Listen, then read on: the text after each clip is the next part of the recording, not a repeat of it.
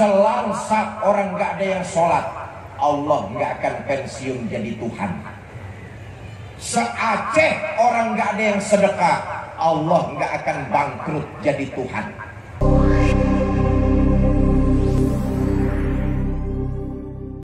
Kiai Haji Fikri Haikal Zainuddin MZ. Kepada Mubalik Al-Mukarram, waktu dan tempat kami persilahkan dengan segala hormat.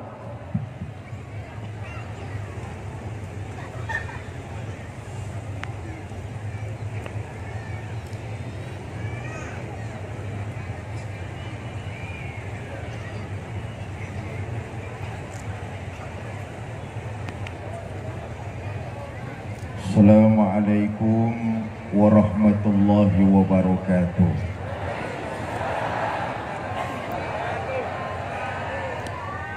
Bismillah walhamdulillah, wassalatu wassalamu ala rasulillah Sayyidina Muhammad ibn Abdillah wa ala alihi wa sahbihi wa mawala, amma ba'du.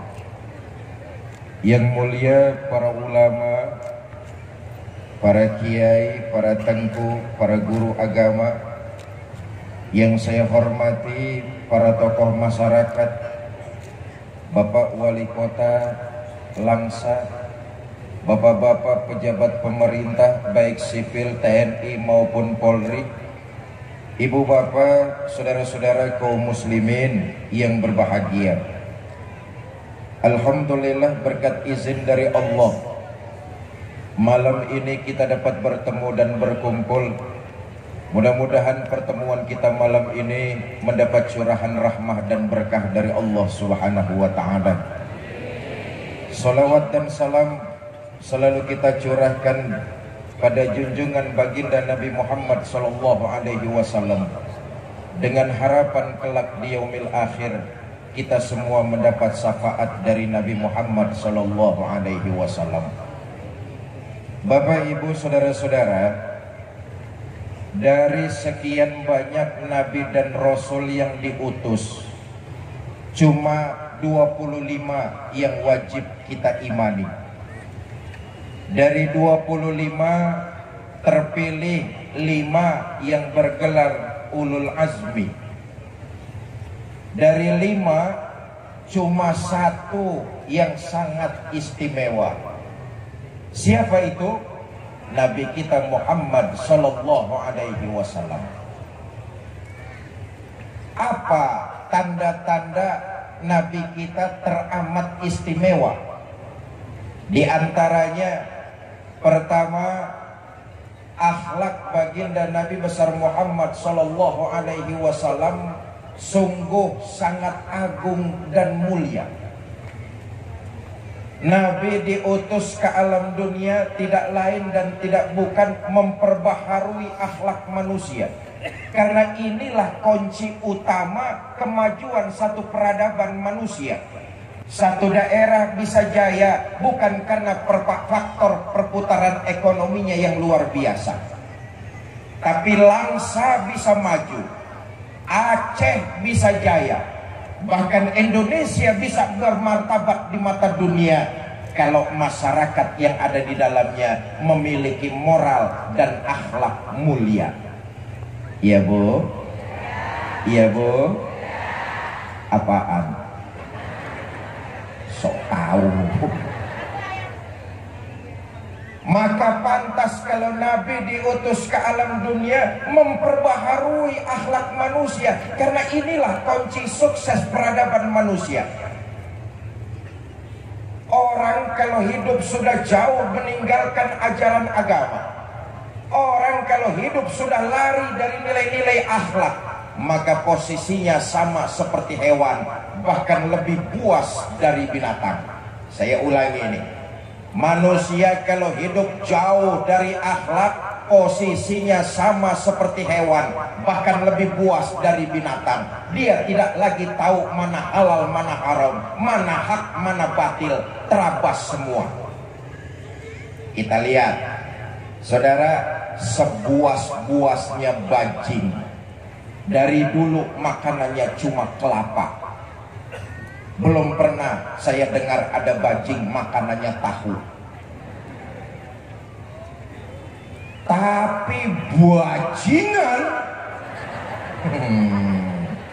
nggak cuman kelapa makanannya, aspal disikat, beras rakyat diembat, duit rakyat disikat. Begitulah manusia kalau hidup jauh dari akhlak, nggak kenal lagi mana hak mana batil.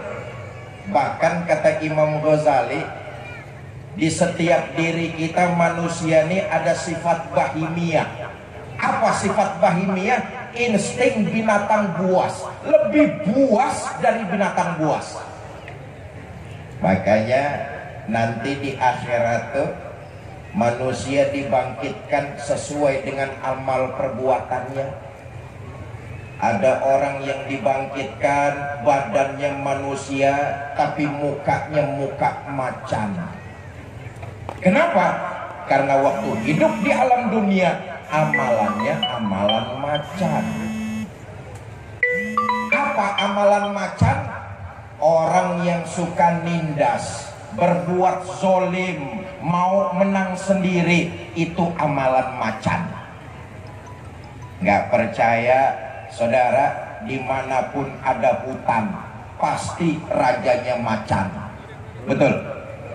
Walaupun hutan belum pernah mengadakan pilkada, tapi macan tidak mau tahu ada pilkada atau tidak. Pokoknya saya raja. Setelah macan naik jadi raja, bukan mengayomi rakyatnya, ini malah makanin rakyatnya sendiri. Ada lagi orang yang dibangkitkan badannya manusia tapi mukanya muka monyet. Bu, ibu tahu monyet? Taunya jangan ngeliatin saya dong. Kenapa? Karena waktu hidup di alam dunia amalannya amalan monyet. Apa amalan monyet? Tamak, rakus, serakah. Saudara nggak percaya, kapan-kapan ke kebun binatang, mampir sebentar di depan kandang monyet, kasih pisang dimakan, kasih lagi tangannya megang, kasih lagi kakinya nyekel, mulut ngunyah, tangan megang, kaki nyekel, kawannya dikasih masih disambar juga. Monyet. Selama mental monyet masih bergentayangan di Langsa, selama mental monyet masih bergentayangan di Aceh, selama mental monyet masih bergentayangan di Republik tercinta Indonesia, kesejahteraan, kemakmuran buat rakyat cuma tinggal kenangannya saja. Yang kaya akan semakin kaya, sementara yang miskin akan tambah sengsara. Kenapa? Mental ya terusin aja sendirilah. Ada lagi orang yang dibangkitkan badannya manusia tapi mukanya muka tikus. Ini sifat bahimiyah, lebih buas dari binatang buas. Kenapa? Karena waktu hidup di alam dunia amalannya amalan tikus. Apa amalan tikus? Suka menggerogoti barang yang disimpan rapi-rapi.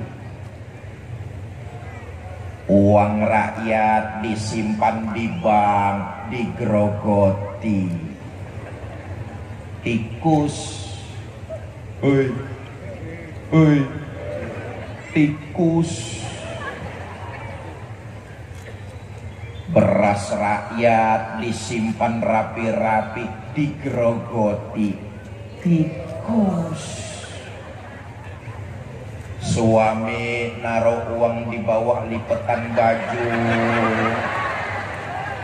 Ayo ngaku.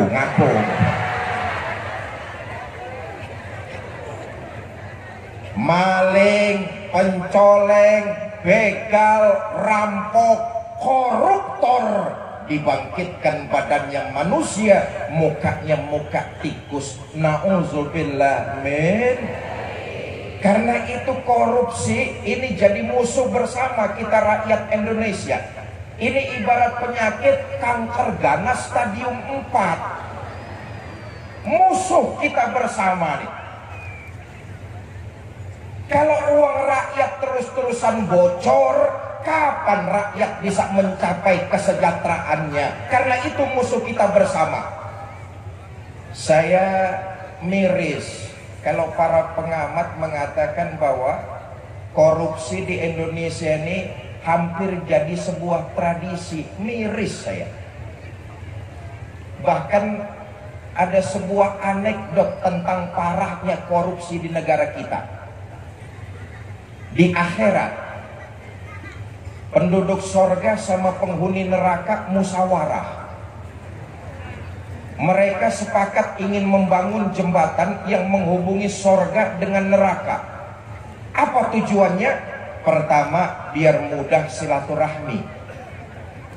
Yang kedua, biar gampang saling mengunjungi. Sepakatlah penduduk sorga dengan penghuni neraka membangun jembatan yang menghubungi keduanya. Walhasil jembatan di neraka selesai lebih dahulu. Sementara yang di sorga, jangankan jembatannya, tiang pancangnya saja belum kepasang. Penghuni neraka jengkel, marah-marah. Penduduk sorga, cepat selesaikan pekerjaannya. Kita di neraka sudah selesai jembatannya, tinggal nyambung saja. Cepat kerjain. Apa jawab penduduk sorga?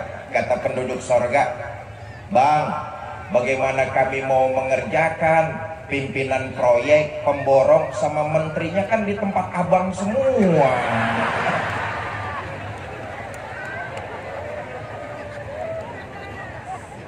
Bapak, Ibu, saudara-saudara kaum muslimin yang saya muliakan, maka keistimewaan baginda kita Nabi besar Muhammad Sallallahu Alaihi Wasallam di antaranya akhlak beliau luar biasa.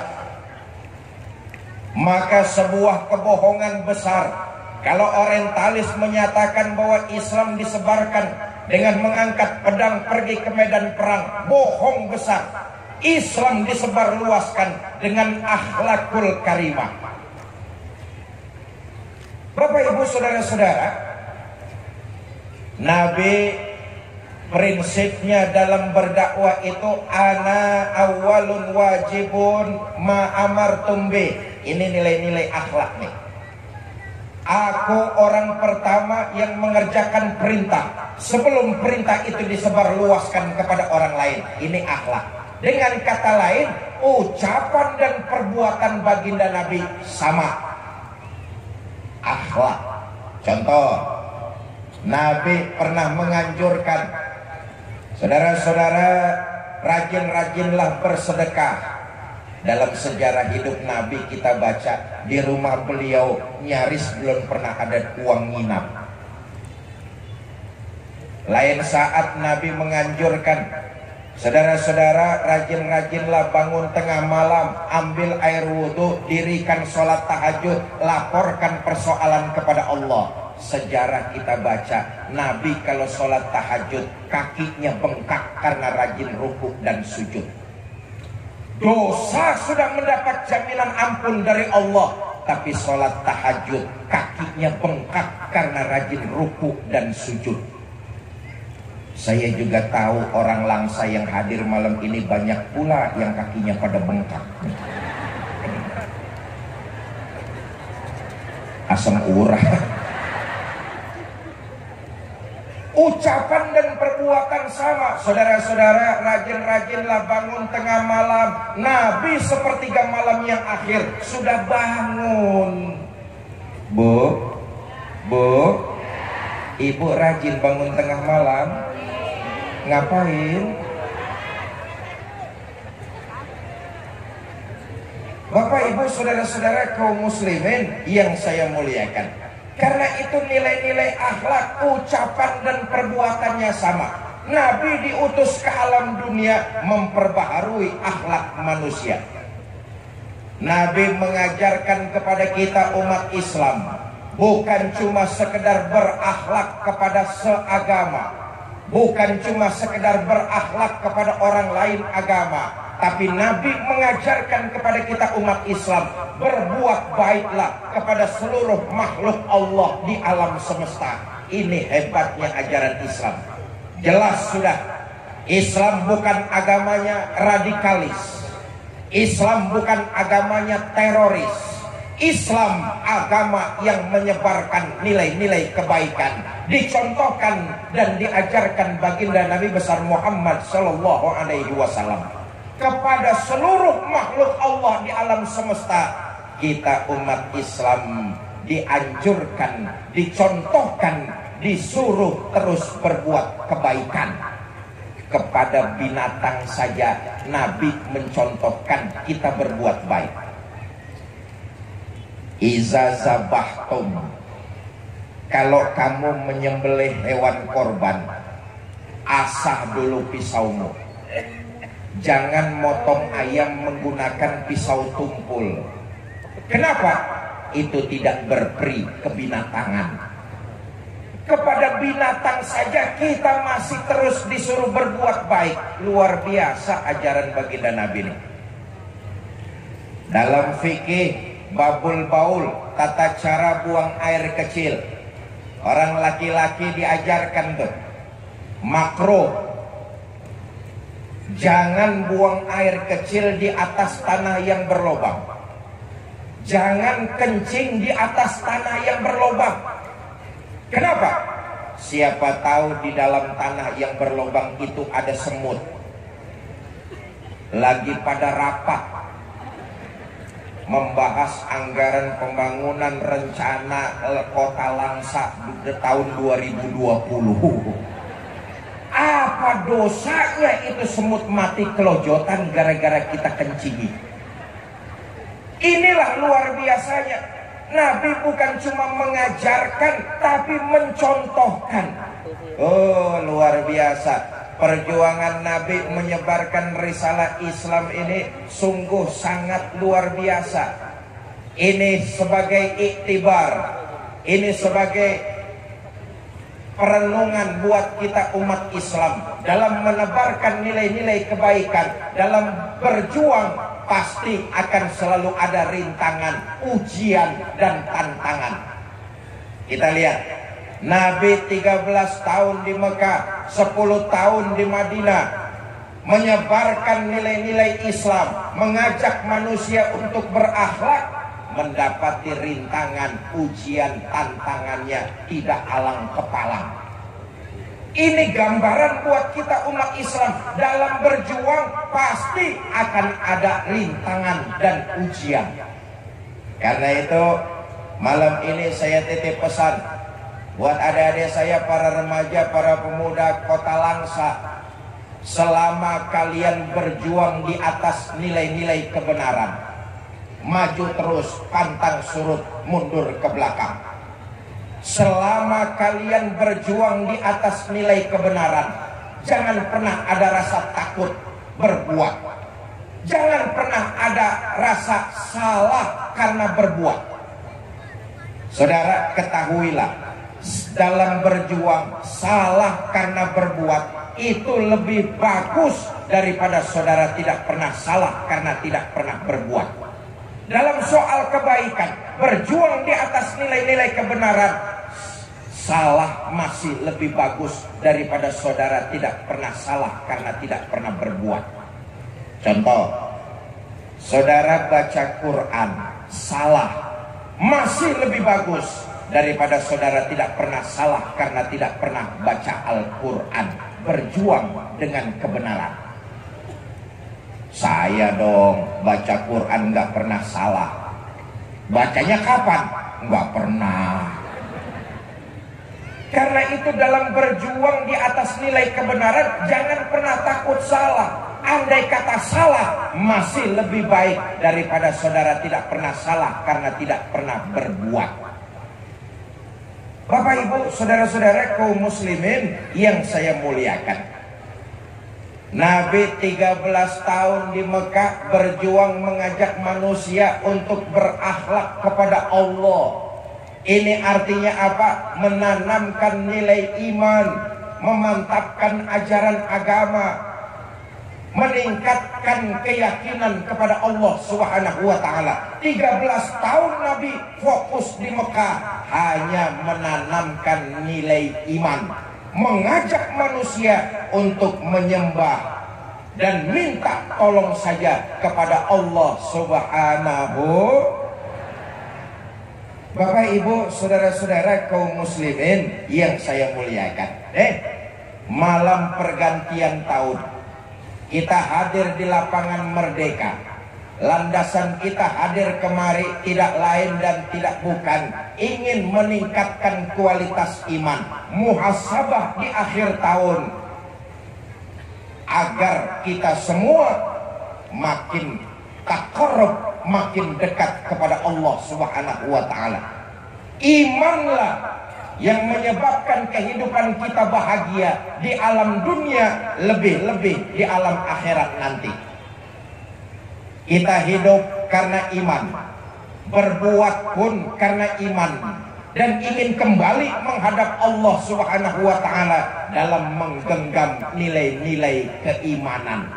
Mudah-mudahan saya yakin yang hadir di sini imannya mantap. Amin. Akidahnya kuat, agamanya hebat, dan mudah-mudahan yang hadir di lapangan Merdeka golongan orang-orang selamat. Amin.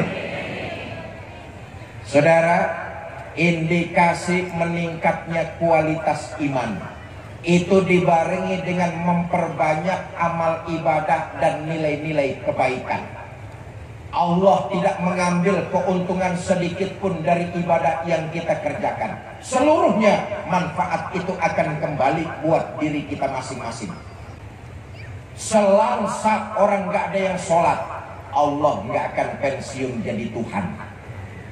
Seaceh orang gak ada yang sedekah, Allah gak akan bangkrut jadi Tuhan. Sholat yang kita dirikan, sedekah yang kita keluarkan, kebaikan yang kita tebarkan di alam dunia, seluruhnya manfaat itu akan kembali buat diri kita masing-masing. Maaf, yang hadir malam ini di lapangan kan semuanya calon-calon jenazah. Betul? Nih semuanya yang hadir di sini pasti bakal mati apa tidak? Mati. Ada manusia yang hidup terus-terusan. Semua kita pasti bakalan mati. Betul? Ibu-ibu yang di sebelah kiri saya nih bakal mati apa tidak nih? Mati. Bapak-bapak yang sebelah kanan saya bakal mati apa tidak nih? Mati. Ketua panitia mati apa tidak? Mati. Saya yang lagi diri di sini bakal mati apa tidak? Mati. Sentimen loh. Ketika ajal menjemput, bekal kita tidak lain amal ibadah dan kebaikan yang kita tebar di alam dunia. Itu yang akan kita bawa sebagai bekal menghadap Allah Subhanahu wa taala. In ahsantum ahsantum li anfusikum wa in asa'tum falaha. Kalau kamu menanam pohon kebaikan, buah kebaikan akan kamu terima. Kalau kamu menanam pohon kejahatan, buah kejahatan akan kembali buat dirimu juga. Yang menemani perjalanan kita nanti, amal ibadah dan kebaikan. Kata Nabi, nanti waktu jasad kita digotong orang ke kuburan, yang nganter kita cuma 3. Ahluhu wa maluhu wa amaluhu. Keluarga, harta, amal. Nih yang nganterin ke kuburan. Tapi sayang yang 2 pulang. Siapa yang 2? Ahluhu wa maluhu. Keluarga dan harta pulang, nggak mau nemani masuk ke dalam. Pak,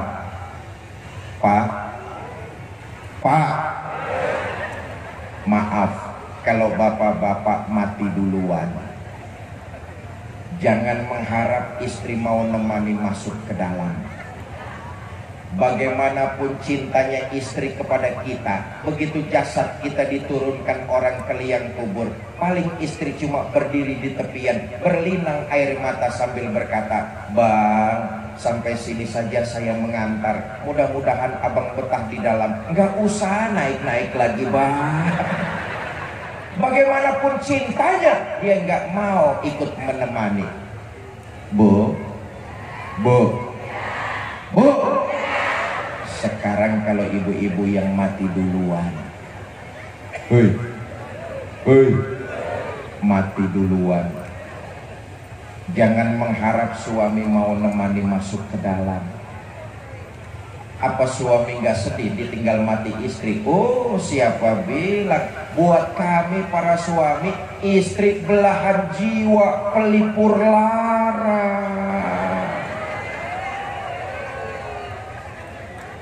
Apa suami nggak sedih, nggak nangis ditinggal mati istri? Oh, siapa bilang? Bercucuran air mata. Mata yang kanan, mata yang kiri melotot nyari mana gantinya. Yang nemenin kita nggak lain amal ibadah yang landasannya iman murni. Nah, ini berakhlak kepada Allah, iman murni kepada Allah Subhanahu wa ta'ala. Itulah yang menemani. Maka indikasi berakhlak kepada Allah, meningkatnya kualitas iman, hidup memperbanyak amal ibadah dan menebarkan nilai-nilai kebaikan. Saudara, jangan lupa, Bu, salah satu gudang ibadah itu ada dalam rumah tangga kita masing-masing. Dahulu Nabi pernah didatangi serombongan. Cek 1 2. Kedengaran? Sampai mana saya tadi ngomongnya? Dahulu Nabi pernah didatangi serombongan kaum ibu-ibu. Ya Rasulullah, kalau orang laki menuntut ilmu, kami wanita menuntut ilmu, insya Allah pahalanya sama, pinternya pun sama.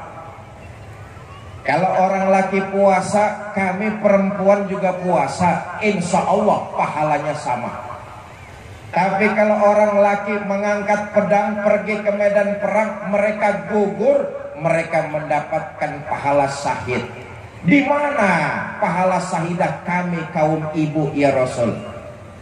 Atas pertanyaan serombongan ibu-ibu, Nabi senyum, kemudian beliau menjawab, "Ibu-ibu nggak usah khawatir, pahala syahidah kaum ibu ada dalam rumah tangga ibu masing-masing. Karenanya salah satu gudang ibadah ada dalam rumah tangga kita. Istri taat kepada suami itu ibadah. Ya Bu, ya Bu, mau kemana-mana izin sama suaminya, cium tangan suaminya. Tadi mau ngaji di lapangan Merdeka, izin nggak sama suaminya? Cium tangan suaminya. Ngaku. Sama suami jangan selonong boy, izin. Ingat, ketika seorang wanita telah bersuami, maka hal pertama yang harus dia dapatkan adalah izin dari suaminya. Jangankan amalan mubah, amalan sunnah dikerjakan tanpa seizin suami, bukan pahala yang dia dapat, kemungkinan dosa. Apa sebab? Tanpa seizin suami. Jelas? Saya tanya ibu-ibu langsa nih, Bu, baca Al-Quran itu hukumnya apa Bu? Sunnah. Menjawab dan memenuhi panggilan suami itu hukumnya apa Bu? Wajib. Mana yang harus didahulukan antara sunnah dan wajib? Pintar sudah. Besok hari libur kerja, habis sholat zuhur ibu baca Quran di rumah. A'udzubillahi minasyaitonirrajim. Suami dari dalam kamar dehem. Ibu tahu maksud deheman suami, tutup Qur'annya. Shadaqallahul azim. Insya Allah pahala bacaan Qur'annya dapat, pahala memenuhi panggilan suaminya juga dapat. Salah satu gudang ibadah dalam rumah tangga, selama suami tidak melanggar perintah Allah, istri taat kepada suami, ibadah. Jelas? Oh, enak jadi kaum ibu nih. Satu-satunya makhluk yang sudah mendapat jaminan masuk surga dari baginda Nabi, kaum ibu. Bu, ibu sudah dijamin masuk surga. Dijamin masuk surga. Pak, Bapak nggak dijamin. Kasihan. Kata Nabi, ayyuma mra'atin matat wa zawjuha an haratin dakhalatil jannah min ayyi babin. Jika seorang istri meninggal dunia, suaminya ridho dengan apa yang pernah dikerjakan oleh istri, maka si istri disuruh masuk surga, milih lewat pintu mana saja. Enak apa tidak? Ibu mau masuk surga?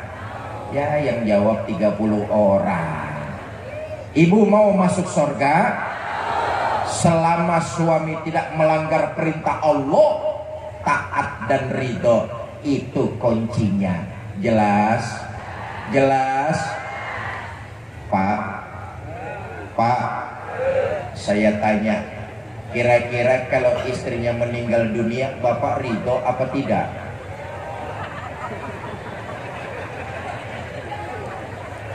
Oh, yang jawab ridho udah kesel bener sama istri. Bapak ibu saudara-saudara kaum muslimin yang saya muliakan, berakhlak kepada Allah itu artinya meningkatkan kualitas iman dan memperbanyak amal ibadah. 13 tahun baginda Nabi di Mekah fokus menanamkan nilai-nilai iman. Maka di penghujung akhir tahun, memasuki awal tahun, malam ini kita mengadakan introspeksi muhasabah.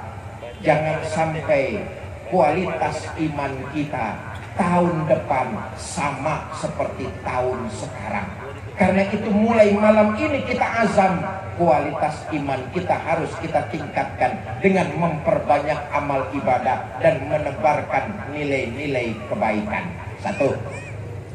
Yang kedua, di antara keistimewaan baginda Nabi Muhammad sallallahu alaihi wasallam, beliau dalam berjuang menyebarkan risalah Islam ini, prinsipnya al-musawwat bainan nas fi takallifil ahkam. Semua manusia sama begitu berhadapan dengan hukum. Dalam Islam, hukum tidak pandang bulu pilih kasih. Dalam Islam, hukum milik semua lapisan. Tidak ada manusia yang kebal hukum. Karena itu baginda Nabi 13 tahun di Mekah, 10 tahun di Madinah, berhasil menyebarkan Islam, berjuang untuk mengajak manusia ke jalan yang benar, diterima oleh lapisan masyarakat. Kenapa? Yang kedua, prinsip baginda Nabi dalam berjuang menegakkan Islam, al-musawwat bainan nas fi takallifil ahkam. Seluruh manusia sama ketika berhadapan dengan hukum. Hukum dalam Islam berpijak di atas nilai kebenaran. Kalau hukum berpijak di atas nilai kebenaran, maka akan terciptalah rasa keadilan. Saudara, tidak bisa tidak. Kalau Indonesia mau di atas puncak peradaban, maka hukum harus ditegakkan di atas nilai-nilai kebenaran. Hukum jangan pilih kasih. Hukum jangan pandang bulu. Sebab kalau hukum terus-terusan pandang bulu, tentu yang enak yang banyak bulunya. Siapa? Monyet. Hukum dalam Islam sifatnya universal. Saudara, Dahulu pernah orang Yahudi perkaranya dimenangkan dalam pengadilan Islam. Ini bukti ajaran Islam dalam hukum sifatnya universal. Orang Yahudi perkaranya dimenangkan dalam pengadilan Islam. Luar biasa hukum Islam nih. Di zaman Ammar bin As jadi gubernur Mesir, satu hari Ammar bin As santai-santai di depan istananya yang megah dan mewah. Di depan istananya yang megah ada gubuk reot punya orang Yahudi. Gubernur panggil ajudan. Ajudan, saya Pak, itu di depan istana saya gubuk reot punya siapa ini? Yahudi Pak. Panggil Yahudi, bawa ke sini. Dipanggil Yahudi, dihadapkan kepada Gubernur Ammar bin As. Yahudi, saya Pak Gubernur, gubuk reot di depan istana saya itu punya kamu ya? Betul Pak Gubernur. Sudahlah, kamu ngomong saja minta berapa, nanti saya bayar. Sebab di atas lahan kamu itu saya akan bangun masjid yang megah dan mewah. Sudah, kamu ngomong saja minta berapa, saya bayar. Saya nggak mau jual Pak Gubernur. Saya ganti rugi 2 kali lipat. Saya nggak mau. Saya ganti rugi 3 kali lipat. Pak Gubernur, jangan ganti rugi 3 kali lipat, 10 kali lipat juga saya nggak mau. Kan yang namanya ganti rugi, biar diganti tetap saja rugi. Saya nggak mau jual. Baik Yahudi, kamu jangan menyesal ya. Pulang Yahudi nih. Besok petang Yahudi pulang dari ladang, dia saksikan gubuk reotnya rata sama tanah, hancur di bulldozer. Di bulldozer sama Satpol PP. Satpol PP-nya Ammar bin As. Yahudi lihat gubuk reotnya rata sama tanah, berlinang air mata. Kata Yahudi, begini nasib rakyat kecil, diperlukannya waktu kampanye doang. Belum jadi pejabat, janji nggak bakalan gusur rakyat. Sudah jadi pejabat mah tetap saja rakyat digeser-geser. Lama Yahudi termenung, akhirnya Yahudi sadar, Ammar bin As kan cuma gubernur. Di atas gubernur lagi ada jabatan yang lebih tinggi, khalifah, presiden. Saya mau lapor sama khalifah Umar bin Khattab. Bapak Ibu, Yahudi belum pernah bertatap muka dengan khalifah Umar. Dia nggak tahu raut wajah khalifah Umar kayak apa. Tapi karena nekat mencari keadilan, berangkat dari Mesir ke Madinah untuk berjumpa sang khalifah. Sampai gerbang kota Madinah, ini Yahudi kebingungan. Tengok kiri kanan. Dia nggak tahu wajah khalifah Umar macam apa. Bingung dia. Sedang bingung-bingungnya, Yahudi lihat di bawah dari jauh ada orang laki berteduh di bawah pohon korma. Ada orang laki berteduh di bawah pohon korma. Dihampiri lalu ditanya, "Selamat siang kan?" "Siang." Kaget. Mohon maaf, pidato kalau sudah lapar lagi ya begini. "Selamat siang Pak." "Siang." "Bapak kenal Khalifah Umar bin Khattab?" "Kenal." "Istananya terbuat dari apa Pak?" "Istana Umar bin Khattab pondasinya bertaburkan mutiara iman, dindingnya berlapiskan akhlak, dan kubahnya bermahkotakan tawadu. Itulah istananya Umar bin Khattab." "Oh, hebat ya Pak." "Oh. Kalau pengawalnya Khalifah Umar banyak Pak?" "Banyak. Pengawal Umar bin Khattab fakir miskin, yatim piatu, orang tua jompo, janda-janda tua. Itulah pengawalnya Umar bin Khattab." Wah, pengawalnya banyak, istananya hebat. ngomong-ngomong rakyat kecil kayak saya bisa nggak bertemu sama khalifah? Bisa. Kapan Pak? Sekarang juga. Di mana Pak? Di depan kamu. Loh, jadi Bapak? Iya, saya Umar bin Khattab. Ada apa kamu cari saya? Pak, begini, saya agamanya Yahudi, datang jauh dari Mesir. Di Mesir gubernur Bapak Amr bin As zolim. Zolim bagaimana? Saya punya gubuk reot, katanya di atas tanah saya akan dibangun masjid yang megah dan mewah. Saya nggak mau jual, tanah saya diambil paksa, gubuk saya diratakan. Saya datang ke sini nuntut keadilan. Baik, Yahudi, kamu lihat ada tempat sampah? Lihat Pak. Tolong ambilkan saya sepotong tulang onta. Yahudi bingung. Datang nyari keadilan, ini malah disuruh nyari tulang. Karena yang nyuruh khalifah korek tempat sampah, dapat sepotong tulang onta diberikan kepada khalifah. Khalifah Umar mencabut pedang, dengan ujung pedang beliau torehkan garis lurus tepat di tengahnya. Selesai, tulang itu diberikan lagi kepada Yahudi. Yahudi, ini tulang bawa pulang ke Mesir, kasihkan gubernur saya Amr bin As. Tambah bingung Yahudi.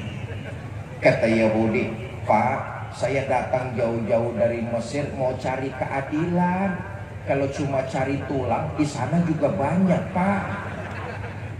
Sudah, nggak usah banyak tanya. Kau bawa pulang tulang ini, kasihkan gubernur saya Amr bin As. Nanti dia ngerti maksud saya. Pulang Yahudi ini ke Mesir. Sampai Mesir, langsung ke istana gubernur Amr bin As. Selamat siang Pak Gubernur. Selamat siang. Ada apa Yahudi? Ada oleh-oleh. Dari mana? Dari Khalifah Umar bin Khattab. Oleh-oleh apa? Tulang. Begitu melihat tulang, muka gubernur Amr bin As pucat, badan gemetar, keringat dingin keluar dari sekujur tubuhnya. Ngelihat tulang, muka pucat, badan gemetar. Yahudi tambah bingung. Kata Yahudi, baru tumben saya lihat ada gubernur takut sama tulang. Akhirnya Yahudi memberanikan diri bertanya, Pak Gubernur, kelihatannya Bapak takut betul sama tulang ini. Ini memang tulang apa sih? Yahudi, ini tulang bukan tulang sembarang. Seolah-olah dengan tulang ini Khalifah Umar titip dua pesan keras kepada saya. Pertama, seolah-olah Khalifah Umar bin Khattab berkata, Amr bin As, jangan mentang-mentang sedang diberikan nikmat oleh Allah, kau bertindak zalim. Diberikan nikmat umur panjang, kau gunakan nikmat itu untuk foya-foya mengumpulkan maksiat. Diberikan kau nikmat harta, kau gunakan harta itu untuk foya-foya bermaksiat. Ingat Amr bin As, satu saat kau akan jadi tulang seperti ini. Oh begitu ya Pak. Iya, kamu sih laporan bos mulu. Kalau yang kedua pesannya apa Pak? Yang kedua, seolah-olah Khalifah Umar berkata, Amr bin As, kalau sebagai pemimpin kamu tidak sanggup berbuat adil kepada rakyat, nanti pedangku yang akan meluruskan kamu sebagaimana lurusnya garis di tengah tulang ini. Yahudi, ini pesan keras kepada saya. Mulai sekarang proyek pembangunan masjid saya batalkan. Tanah kamu saya berikan kembali. Gubuk kamu yang sudah kadung hancur saya akan dirikan kembali. Yahudi melongo. Kata Yahudi, wah hebat agama Islam, adil hukum Islam ya Pak ya. Adil matamu soek. Gara-gara sampean proyek saya jadi mampet. Adil agama Islam ya Pak. Walaupun saya orang Yahudi, tapi pengadilan memenangkan saya dalam perkara ini Pak. terbuka mata batin saya. Mulai sekarang saksikanlah, asyhadu alla ilaha illallah wa asyhadu anna muhammadar rasulullah. Yahudi masuk Islam karena hukum dalam Islam berpijak di atas nilai kebenaran, maka akan terciptalah rasa keadilan. Bapak Ibu, saudara-saudara kaum muslimin yang saya muliakan, karenanya dalam muhasabah malam penghujung malam tahun baru, pertama, kualitas iman harus kita tingkatkan kepada Allah Subhanahu wa taala. Karena inilah benteng kita. Inilah yang menyebabkan perjalanan kita bahagia dunia, lebih-lebih di akhirat nanti. Yang kedua, memasuki tahun 2020 yang sebentar lagi akan kita yang akan kita masuki. Hendaknya kita menjalankan nilai-nilai ajaran agama Islam dengan kafah, dengan sepenuh jiwa, dengan totalitas. Islam diturunkan kepada baginda Nabi Muhammad SAW. Ajaran-ajarannya tidak lain dan tidak bukan ingin memudahkan kita manusia untuk meraih kebahagiaan. Ajaran agama Islam bukan menambah beban atau mempersulit kehidupan manusia. Justru ajaran agama Islam ingin memudahkan hidup kita manusia untuk mendapatkan kebahagiaan dunia dan akhirat. Makanya dalam Islam tuh ada satu kaidah, taklilut takalif, menyedikitkan beban. Ini bukti Islam bukan menambah beban manusia, tapi justru Islam malah mengangkat beban yang sudah ada pada diri kita. Taklilut takalif, menyedikitkan beban. Saudara, kalau kemampuan kita mengerjakan satu ibadah berkurang, otomatis penekanan terhadap ibadah itu ikut menurun. Ini bukti ajaran Islam bukan membebani, justru meringankan hidup kita. Saya ulangi, kalau kemampuan kita mengerjakan ibadah berkurang, maka otomatis penekanannya ikut menurun. Contoh, sholat wajib berdiri.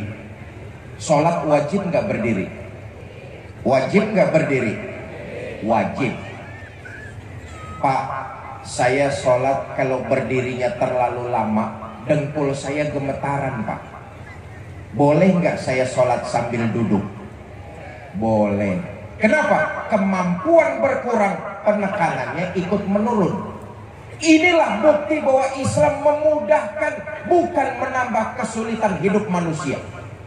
Kalau ada orang yang bilang ajaran Islam justru bikin sulit hidup manusia, ini omongan orang goblok.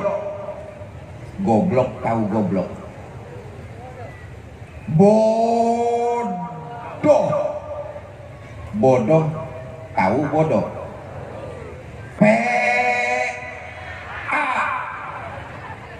PA, tahu PA? Orang PA minum es ditiup, PA. Ajaran Islam tidak ada yang mempersulit, justru memudahkan. Taklilut takalif, kemampuan berkurang, penekanannya ikut menurun. Pak, saya sholat kalau duduknya terlalu lama, pantat saya ambeien, Pak. Boleh nggak saya sholat sambil berbaring? Boleh. Kenapa? Kemampuan berkurang, penekanannya ikut menurun. Pak, saya sholat kalau berbaringnya terlalu lama, pinggang encok, Pak. Boleh nggak saya sholat pakai isyarat? Boleh. Luar biasa. Mana yang berat ajaran Islam? Semuanya memudahkan kita manusia. Sholat wajib berdiri. Kalau nggak mampu, boleh duduk. Kalau nggak mampu, boleh berbaring. Kalau nggak mampu, boleh pakai isyarat. Kalau pakai isyarat masih nggak mampu, cepat-cepat bawa ke masjid, kita sholatkan rame-rame, sudah. Innalillahi wa inna ilaihi. Tidak ada ajaran Islam yang memberatkan, justru memudahkan agar kita cepat sampai kepada kebahagiaan. Dahulu ada orang laki tergopoh-legopoh lapor kepada baginda Nabi. Halaktu ya Rasulullah, celaka saya ya Rasul. Kata Nabi, celaka kenapa? Ngano, siang-siang bulan puasa saya sama istri nggak kuat, terpaksa saya nyelonong. Rupanya pengantin baru, tegangannya tinggi, syahwatnya besar. Tapi bagus, melanggar perintah, jujur sama baginda Nabi, maafkan saya ya Rasul, siang-siang bulan puasa saya sama istri nggak kuat, terpaksa saya nyelonong. Kata Nabi, nyelonong bagaimana? Nyelonong, ya nyelonong. Ya sudah, kalau kamu melanggar perintah, bayar denda. Ini konteksnya kemampuan berkurang nih. Ajaran Islam sungguh sangat mudah. Kalau kamu melanggar perintah, bayar denda. Apa dendanya ya Rasul? Merdekakan budak. Saya nggak punya budak ya Rasul. Nggak punya? Nggak punya. Yang kedua lah, kamu harus puasa 2 bulan berturut-turut, mutatabi'ain. Nggak boleh diselang-seling. Ini kifarat. Puasa 2 bulan berturut-turut, jangan diselang-seling. Sanggup? Nggak sanggup ya Rasul. Jangan puasa 2 bulan. Yang sebulan aja saya nyelonong. Bagaimana 2 bulan bisa 2 kali nyelonong saya ini? Kalau nggak sanggup, yang ketiga lah, kasih makan 60 fakir miskin, 1 orang 1 mud, takarannya sampai kenyang. Kasih makan 60 fakir miskin sampai mereka kenyang. Sanggup? Nggak sanggup ya Rasul. Jangan ngasih makan 60 orang. Di rumah istri saya sehari masak, 3 hari libur. Nabi masuk ke dalam kamar, nggak lama keluar bawa sekeranjang korma. Kata baginda Nabi, ini korma bawa pulang, nanti sedekahkan sama orang yang paling miskin di kampungmu. Ya Rasulullah, apalagi di kampung saya orang yang paling miskin ya saya. Apes bener nih orang. Marah Nabi, enggak. Beliau senyum, lalu beliau berkata, ya sudah, bawa pulang korma itu, kasih makan anak istrimu. Lihat, melanggar perintah, kemampuan mengerjakan ibadahnya berkurang, bukan denda yang dia dapat. Sekeranjang korma sedekah dari Nabi kita Muhammad Sallallahu Alaihi Wasallam. Karena itu kalau ada orang yang bilang ajaran syariat agama Islam justru membebani, saya katakan sekali lagi, ini omongan orang bodoh. Syariat Islam bukan membebani, justru mengangkat beban yang ada pada diri manusia dan mempercepat kita agar mendapat kebahagiaan, bahagia dunia, lebih-lebih bahagia akhirat nanti. Karena itu jalankan ajaran agama dengan kafah, totalitas, sepenuh jiwa. Kenapa? Kita mengharap ridho dari Allah Subhanahu wa Ta'ala. Mudah-mudahan yang hadir di lapangan Merdeka malam ini ditingkatkan kualitas iman kepada Allah Subhanahu wa Ta'ala. Hadir di sini dalam rangka tabligh akbar pergantian tahun dicatat sebagai sebuah ibadah dan dilipat gandakan pahalanya. Dan mudah-mudahan seluruh kita yang hadir nanti di akhirat akan mendapat syafaat dari Nabi Muhammad Sallallahu Alaihi Wasallam. Bapak Ibu, ini saja yang dapat saya sampaikan. Mudah-mudahan ada manfaat. Lebih kurang saya mohon maaf. Wallahul muwaffiq ila aqwamit thoriq. Assalamualaikum warahmatullahi wabarakatuh.